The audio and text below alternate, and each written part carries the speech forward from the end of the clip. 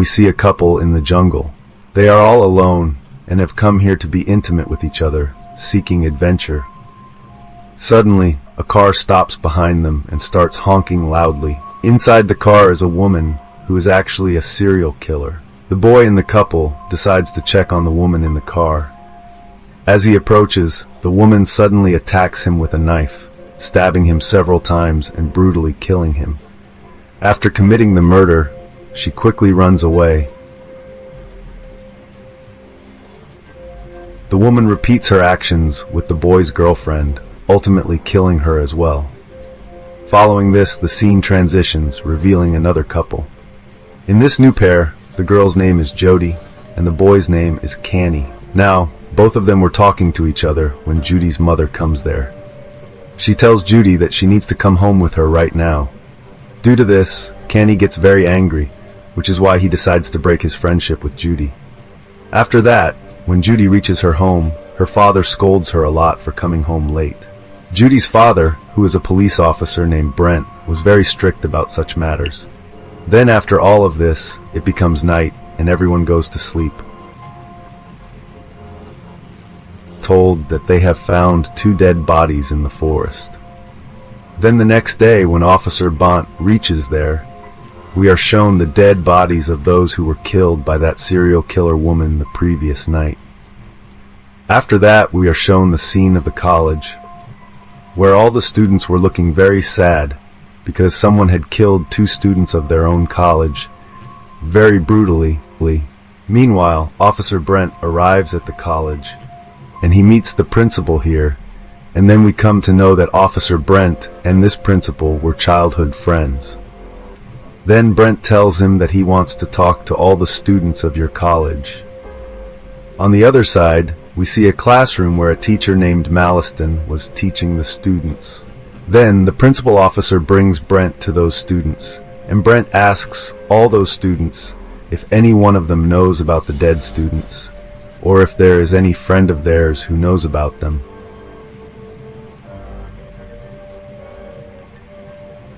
If anyone knows anything, they should tell us so that it will be easier for us to catch the killer. However, nobody here knew anything about the murder of those 2 individuals. After that, we are shown the same killer who was sharpening his weapon, preparing for the next victim. Then that killer goes after his next target, a girl whose parents were not at home. The killer arrives at her house and knocks on the door. When she answers, he thoroughly introduces himself to her, stating his name clearly, and as soon as the girl opens the door, the woman grabs her head and kills her too. Then, when the girl's parents return home, they find their daughter dead. After which, the police arrive at the scene, and by this time, the killer has already made 3 students her victims. But now, Officer Bont notices one crucial detail among those 3 cases. After killing her victim, the killer writes a verse on their body.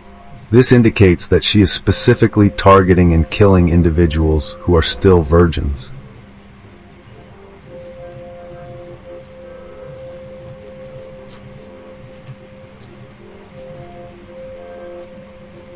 Then Officer Bonnet tells them that whoever this killer is, he is killing only those people who are still virgins. Now everyone feels very bad after hearing this from the officer, because they were thinking that now their children will have to be defiled to save them from that killer, due to which a fight starts here. And all this is happening when Judy and one of her friends are watching it secretly. Then Judy's friend takes her phone and goes to talk to someone, but it gets very late and his friend does not return. Then she finds his dead body, and the version was written on his body too. Attacks Jody, but Jody manages to escape.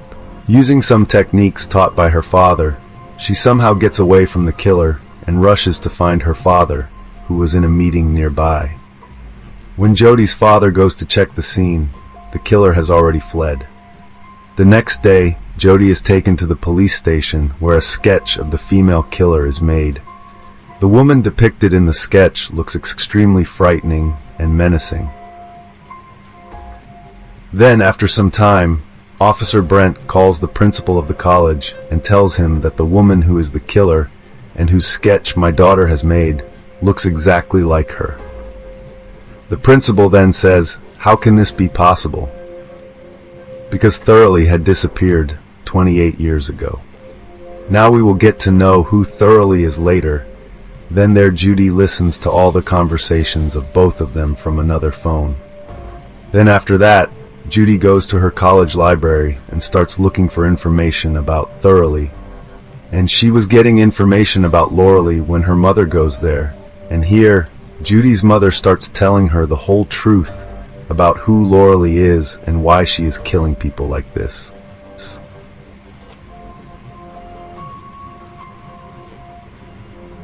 Girl whose car broke down in the forest. Seizing this opportunity, 4 college boys who were in an inebriated state took advantage of the situation and raped the girl. After committing this heinous act, the boys left the girl there, writhing in pain, and went away. After that, when Lottery complained about them, her words were not heard because Lottery had no one in this world to support her.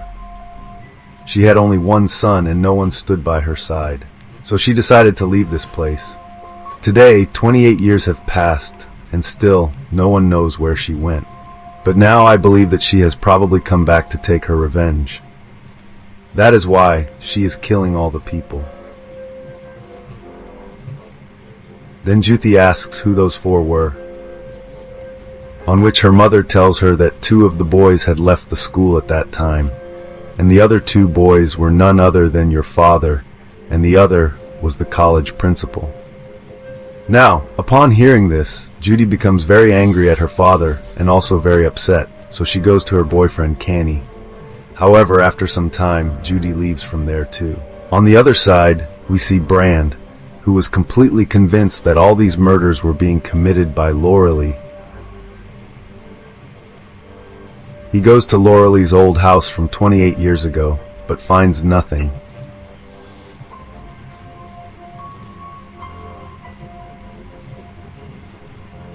And then Brent gets a call from the principal that I want to meet you at night. Then after that, at night when Brent goes to the college to meet the principal, he finds the principal's dead body there. And during this time, some officer from behind hits Brent and makes him unconscious. Then after that, we see that a party of students was going on, where the police were also guarding, so that if the killer comes there, they can catch him. And now Judy's boyfriend is also in that party. But when he can't find Judy here, he looks for her. On the other hand, Judy is with Professor Malliston because Judy had a very good relationship with him. Now here Malliston was taking a big box inside his house, and Judy was helping him in lifting it. But then she sees that in this box there was no one else but her own father, who was put in this box by Malliston after making him unconscious. Now, after seeing all this, it becomes clear that the killer is not Loralee, but indeed Professor Malliston. Well, and makes her unconscious and takes both of them to his basement and divides them. Now Malliston inquires Officer Brent about the incident that occurred with Loralee. Subsequently, Officer Bonnet confesses his crimes and questions Marleton about his true identity. Marleton then reveals, "I am the son of the same Lottery whom you raped 28 years ago." He further explains, "I returned to this place to exact revenge on you for my mother. That is why I have been killing only virgins here, to make them understand that if anyone is treated badly, there will be severe consequences."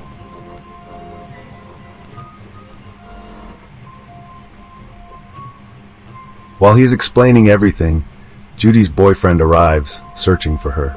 At this moment, Marleton threatens Canny with a knife and demands that he leave. However, Canny retaliates by punching him, then enters the house and locks the door from the inside. To investigate. When he reaches the basement, he finds Judy and her father tied up and immediately frees them. Just then, Marlester breaks in through the doors with an axe and tragically kills Judy's father. Witnessing this, Judy becomes extremely angry and heartbroken. She does not want to leave her father in this terrible condition, but Kenny somehow manages to take her away from the scene. Both desperately ask for help from an officer. However, Mal Eastern sneaks up and kills that officer from behind. After that, Mal Eastern continues to chase both of them all the way to the party. And now all the people present here get extremely scared seeing Malistan because he is holding an axe that is covered with blood in his hand. That's why all of them hurriedly run out of the party in fear. Now inside, Malistan attacks both Judy and Canny. During this attack, Canny gets injured and now Malistan starts moving towards Judy. But Judy was very angry after losing her father, so she uses the tricks taught by her father and throws Malistan down from the roof, causing him to die on the spot. Then, after a few days, when Judy is on her way to somewhere with her mother, she suddenly sees the lottery again, but it vanishes the very next moment. She ponders whether it was just her imagination and starts to leave the place. With this thought lingering in her mind, the movie concludes. The movie begins,